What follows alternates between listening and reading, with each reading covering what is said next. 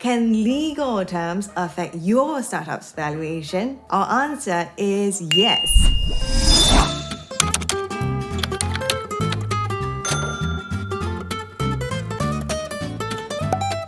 Hi, my name is Rachel. I'm a startup lawyer, and in this video, we'll explain how legal terms can affect your startup's valuation and what startup founders should look out for.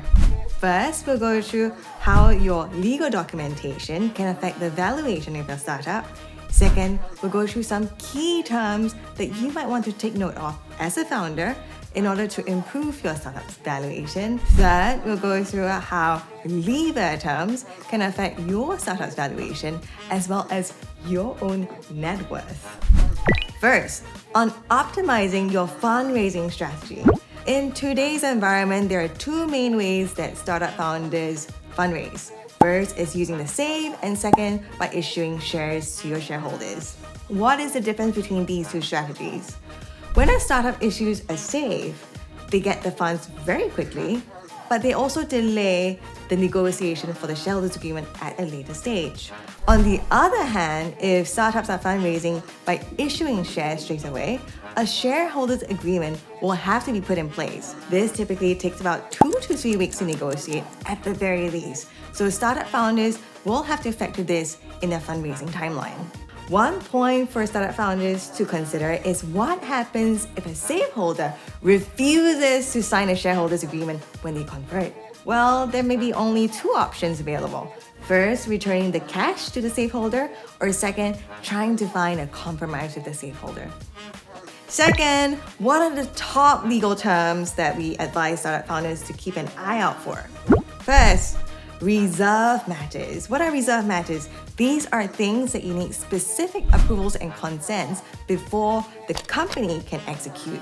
The most important reserve matter in this instance is your ability to fundraise. We would also care about everything equity related. For example, restrictions on share transfers, ability to issue new securities, and anything that could potentially affect your startup's ability to go to the next stage.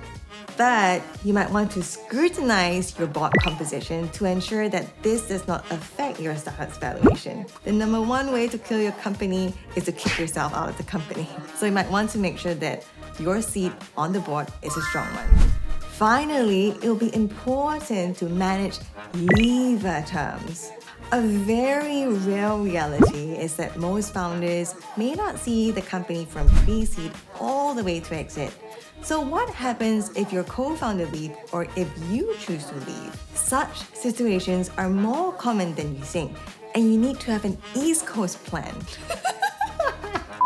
Things to consider are as follows. If a co-founder chooses to voluntarily resign, would this be a good leaver event or a bad leaver event? The number one way to destroy your company at its early stages is for a co-founder dispute to absolutely destroy the company's progress. The first tip we give startup founders is that finding the right investors like finding the right wine. On the legal documentation, we can probably put some Botox and fillers in it to amend it to make it more founder friendly, but we probably can't do a plastic surgery on it, and that will probably piss your number one wife, your lead investor off. Second, consider the timing of your fundraising, because fundraising too early on might leave you too highly diluted at the end. But if you need cash, you need cash. We hope you enjoyed this video and your fundraising journey will be a fun one, and you'll find a beautiful wife for your company and yourself. If you like this video, remember to like, share, and subscribe below, and we hope to see you again.